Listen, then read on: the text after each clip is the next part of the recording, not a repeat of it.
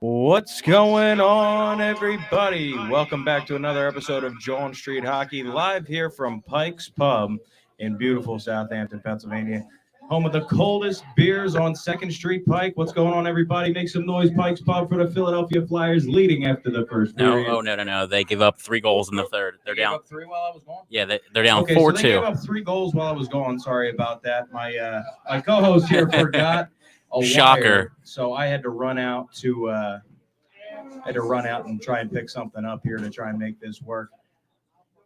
So we are down after 1. The bright side is it's some of the best offense we've seen in a while from the Flyers in a period.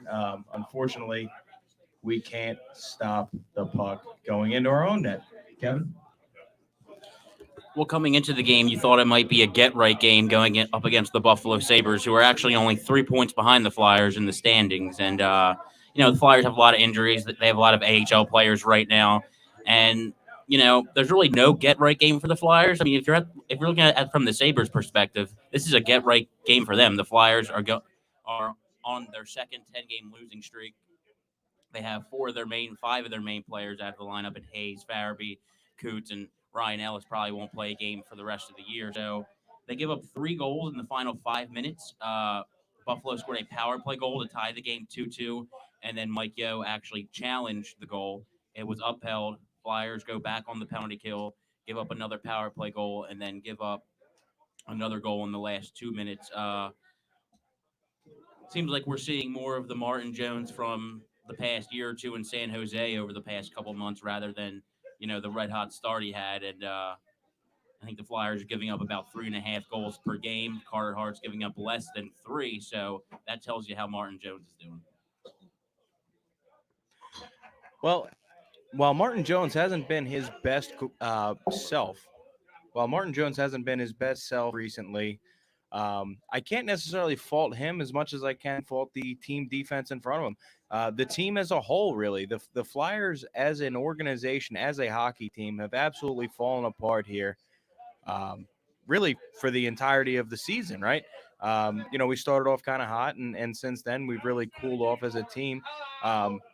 An abysmal 10-game losing streak for the second time this year. 2 10-game losing streaks in one season. Only the second time it's happened in the entire history of the NHL. First time ever for the Flyers. It's a dark season, unfortunately. We've talked about it on the last couple of podcasts. Really, all we have to look forward to at this point is the draft. It's bleak. With that being said, we're getting ready to drop the puck here on the second period. We'll catch everybody back after the second. I'm gonna buy our own amp.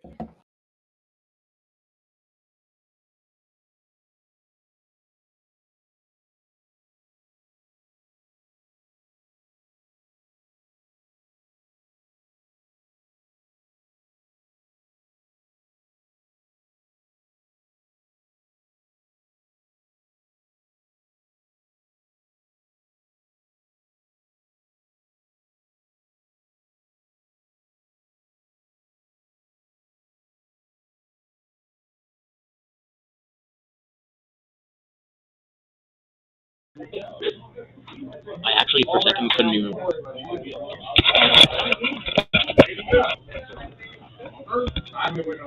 Yeah. Show the ID.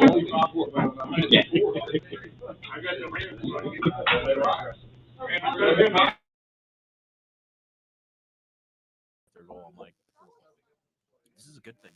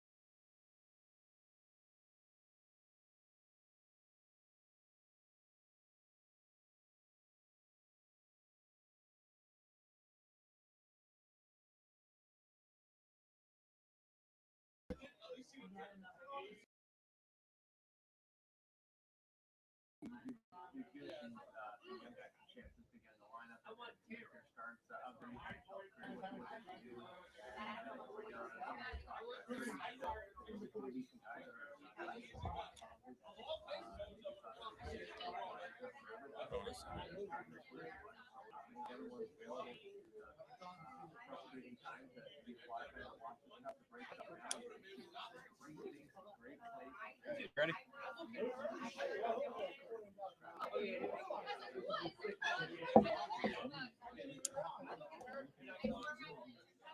She's got to clip this volume.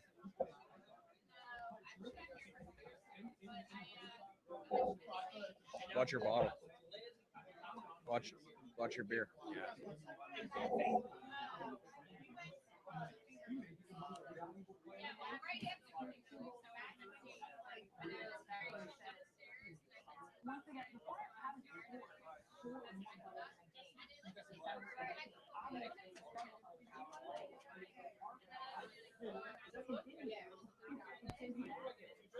Good.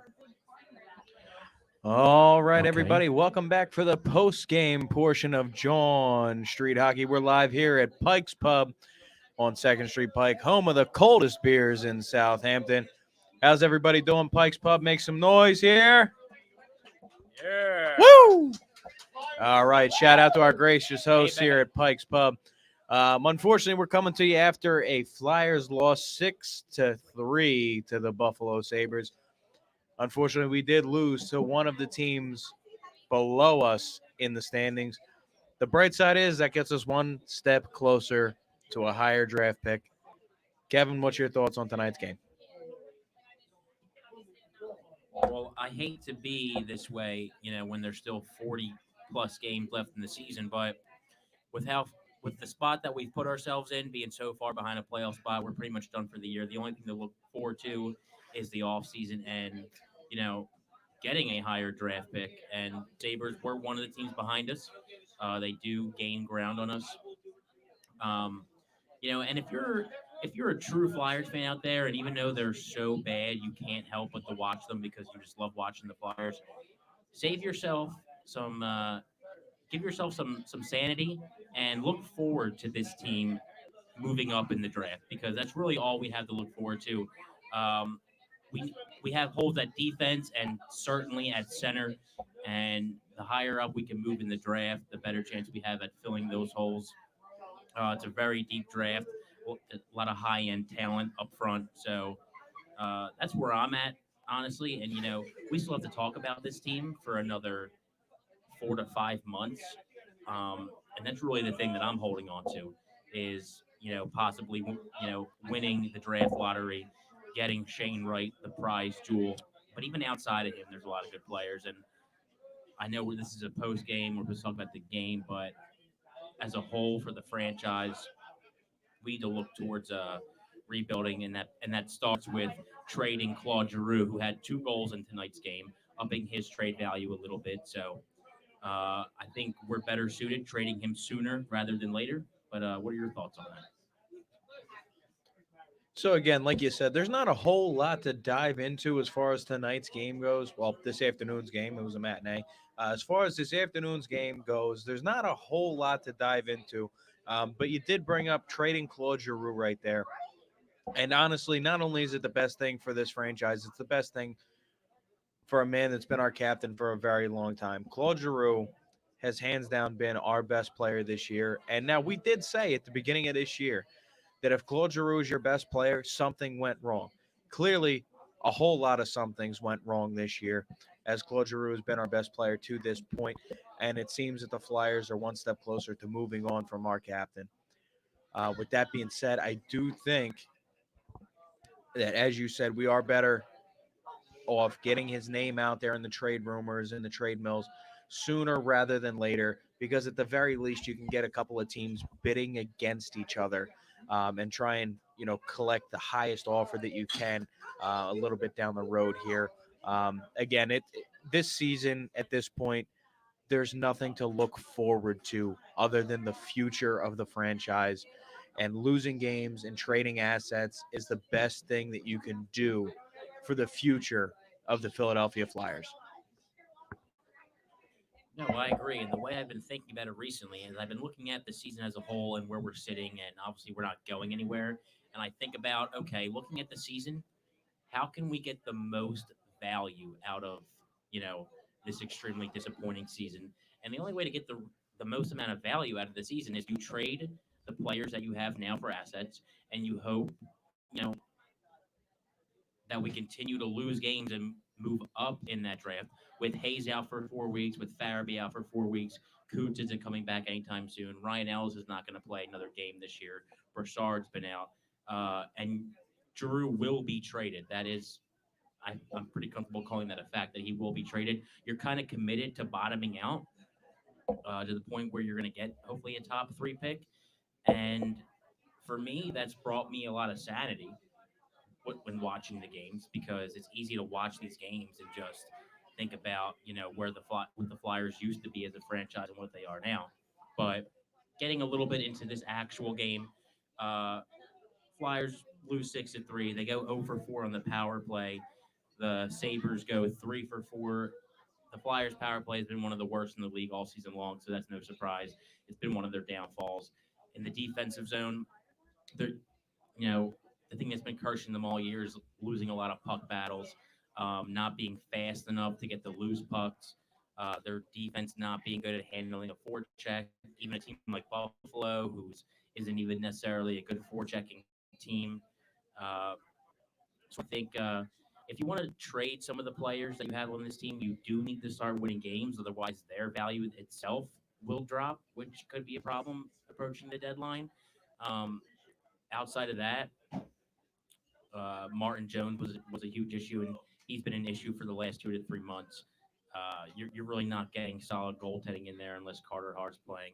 And even when Carter Hart is playing and giving up 2 goals a game, your team can't muster up enough goals to win him the game. Absolutely. We continue to talk about it. There's just so many issues with this Flyers team. You mentioned the power play, which has been a problem not only for this season, but the last 2.5 seasons. We had our issues in the bubble with the power play. The power play couldn't muster up any goals, and that's continued through last season into this season. Chuck Fletcher went all in. He pushed all his chips in the center of the table this year to try and make this team contend, and is clearly fallen flat on their face. It's an abysmal way to look at the Flyers, and I hate to look at them this way, but they continue to flop. And as you said, the only thing we have to look forward to is the future. It's just sad. It's a sad day as a Flyers fan, and again, we have to talk about this team for another 4 to 5 months, and the only thing that we can talk about is what we're gonna do in the off season. Well, in terms of the power play, like you just brought up, it's kind of disappointing because a lot of the moves that Fletcher made this offseason looked like they might improve the power play.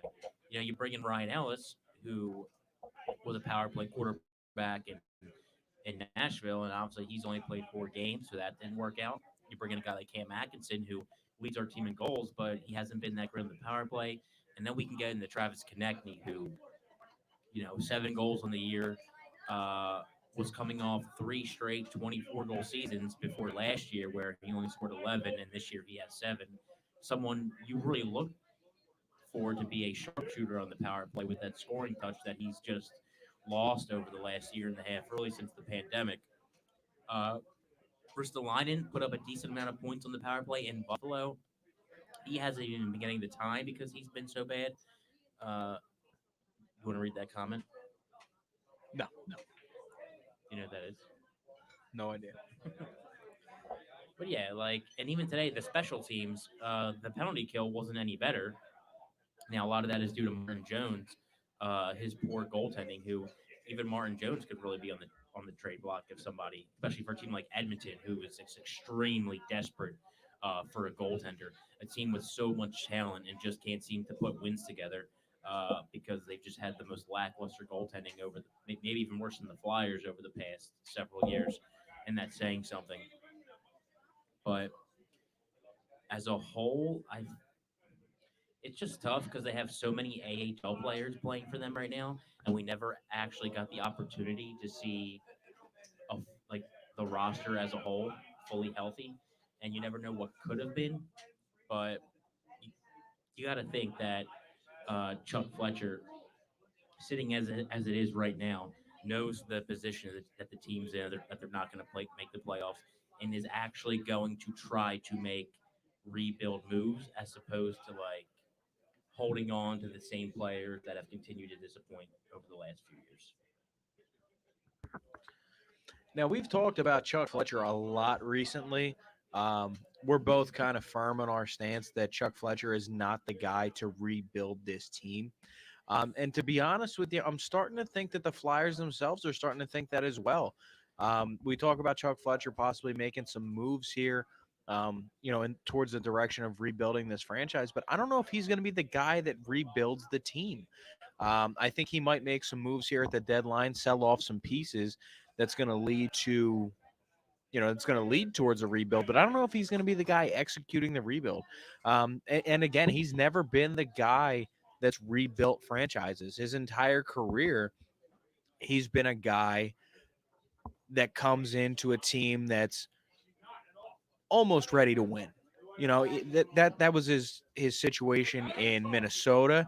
He came in to try and put that team over the edge. He signed a bunch of huge contracts to veteran players to try and put that team into contention. Um, But unfortunately, obviously that didn't happen there, and they didn't hang on to him long enough for him to stick around for the rebuild.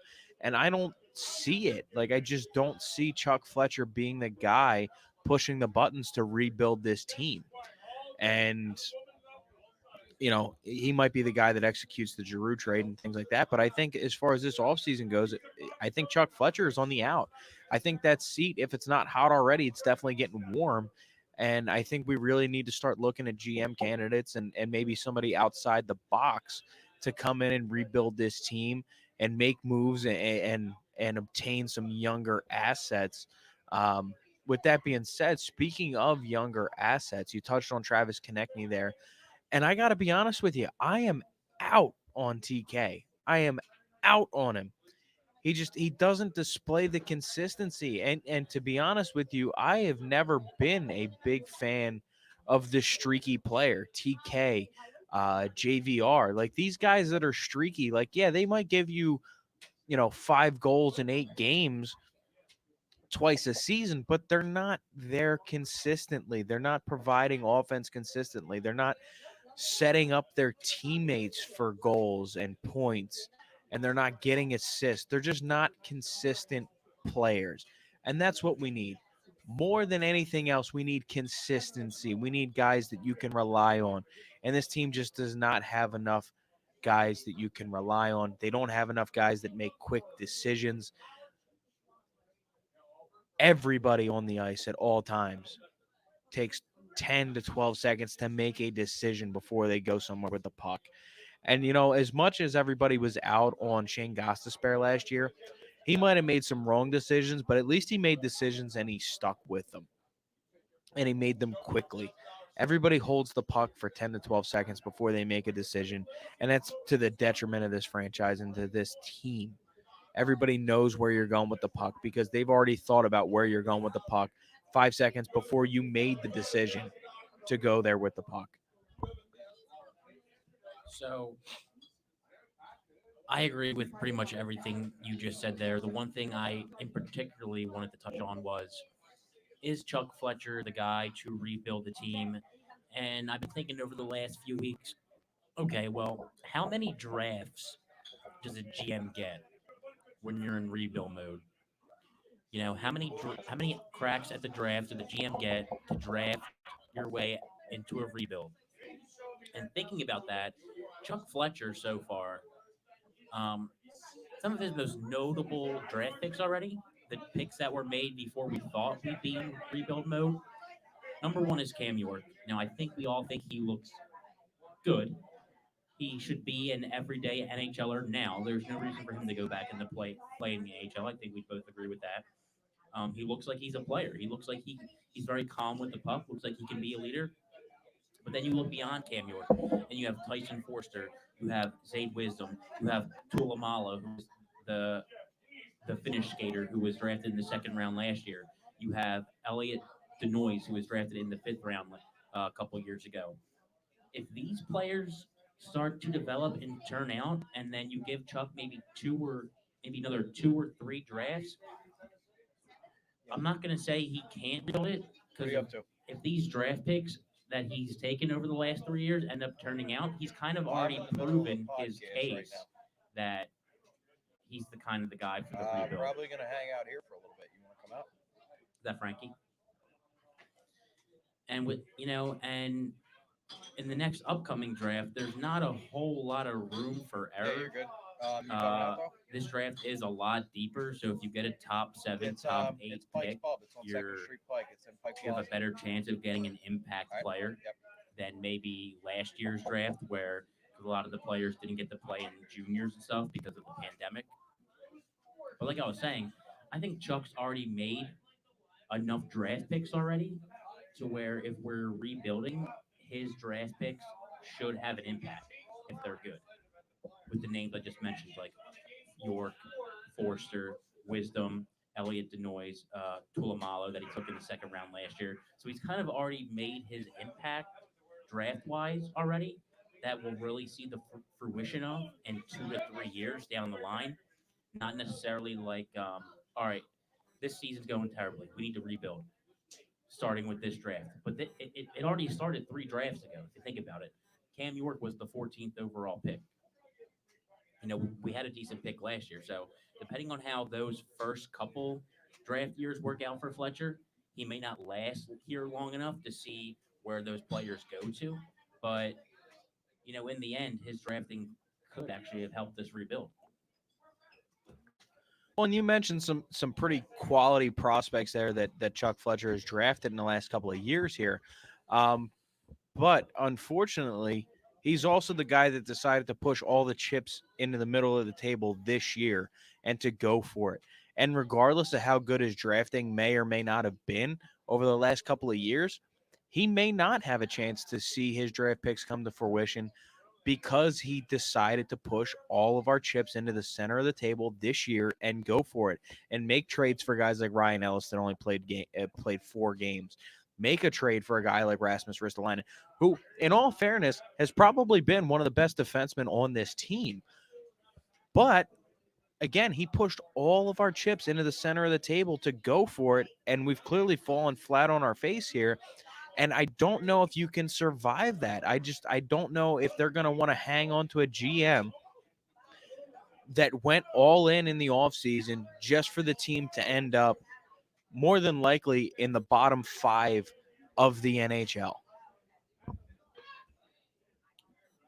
The thing is, going into this past offseason, I think we would agree that pushing the chips in was what we wanted because we thought we were better than what we are with what we had, right? So, kind of what it really comes down to is, do you give Chuck leeway? Do you let him take a different approach in this offseason as opposed to last year's offseason? Now, like you mentioned, Ryan Ellis, who's only played 4 games, but on the other side of that, we gave up Phil Myers and Nolan Patrick, who have been struggling to crack the lineup for their respective teams. So it was kind of like an even trade off when you think about it. And obviously, we thought at the time it was a major steal because Ryan Ellis is a hell of a hockey player. Unfortunately, he just hasn't been healthy enough to play, which does matter. Um, I think we both thought the Cam Atkinson trade was good at the time, and he leads the team in goals with 15. So I have no complaints there. And with Ristolainen, if Ristolainen is your best defenseman, is having the best year at any of your defensemen on your team, your defense probably isn't that great. Same thing with Claude Drew. If Claude Drew is your best forward, at this point in his career, your team's probably not the best. And I feel like it's kind of the same with Ristolainen. If we're going to come out here and say Ristolainen has been the Flyers' best defenseman, the defense probably isn't that good. I couldn't agree more. I think we're all kind of in the same place as far as this team is concerned. It's all about the future. Nothing today matters. And it's really up to the brass, the Flyers brass, the ownership as to what they want to do and where they're going to take this team. Do they trust Chuck Fletcher to execute a rebuild or not? Um, Again, I don't think that they should, but if they have faith in the guy, then that's probably the direction that they're going to head. And we're going to have to see what happens as far as the offseason's concerned, whether they move on from Chuck Fletcher or not. If I had to take a guess right now, I'm going to say it's probably about a 90% chance that he's back next year. As much as I may disagree with that, I think it's a 90% chance, because if they were going to move on from him, they would have fired him already. Look at Anaheim. They fired Bob Murray already. There's several teams that have moved on from their general managers to this point, and the Flyers haven't done it. So that kind of tells me that Chuck Fletcher is going to be back next year. If they were going to start a GM search, I feel like they would have already done it. They would have already begun to interview candidates like, you know, um, what the hell is the guy that just got hired in Vancouver? Or, I'm sorry, in Montreal. It's not I don't know why I'm talking to that. Bergeron? Or No, Version? no, it wasn't. Either way, there's plenty of candidates out there, and I feel like if they were going to make the move, they would have done it already. And for that reason, I just kind of feel like Chuck Fletcher is going to get at least another year, maybe more than that. With that being said, I don't have a whole lot else for you. Kevin, what do you got in the take bag there? I just had one comment on the whole if Chuck Fletcher's going to be back or nothing. I also don't think it's a great situation to be in going into an offseason where you have to replace a GM and a head coach in the same offseason. That can get a little hectic. So if anything, I think you are right. Fletcher does at the very least get one more year. But it's not too often you go into an offseason where a team is trying to replace both their GM and head coach. Because Mike Yeo isn't going to be the head coach next year. I think we're pretty comfortable in saying that. To that point, though, I feel like if you do bring in another GM, that GM's going to want to bring in the coach, bring in his guy to coach anyway. So I don't think going into it needing a coach and a GM at the same time is going to be a huge deal. I mean, look at Vancouver. They fired their coach and their GM. Now, they did bring in Bruce Boudreau as a head coach, as an interim head coach, and he's more than likely going to hang on to the job depending on what the GM that takes over that team is going to want to do. But I feel like most GMs that you hire are going to want to put their fingerprints on everything and get their guy in. So I don't know if that's necessarily, an added difficulty. But that's about all we got for you guys. I'm going to leave you guys with that thought. Don't forget to check out all of our awesome sponsors. First of all, Pikes Pub. Beautiful Pikes Pub, Southampton, Pennsylvania, right on 2nd Street Pike in Pike Plaza, home of the coldest beers in Southampton. If you're out in Southampton, you're looking for a nice cold beer, stop in a Pikes Pub. Great place for a beer and a bite. Don't forget to check out Norse Beards. That's Norse, Norse, beards.com. Use the promo code JOHN, JAWN, for all your beard care needs. That's Norse Beards, promo code JOHN, 10% off your entire order. If you're out and about in Langhorne, don't forget to stop into Hubba Hubba Hoagies for the only hoagies that make you say Hubba Hubba. Absolutely delicious hoagies. If I had to recommend one to you right now, it's the Turkey Italiano. It's a turkey hoagie with prosciutto and all the Italian fixins. It's absolutely delicious. Make sure you check out Hubba Hubba Hoagies. And don't forget to check out Neshaminy Creek Brewing Company for all your craft beer needs. We appreciate the hell out of everybody for checking in on Facebook, Twitter, and YouTube Live. Thanks again for checking into John Street Hockey. I am the mayor of John Street, Sean Campbell, and I appreciate the hell out of all of you for hanging with us through this abysmal Flyers season. We're out. Bye, everyone.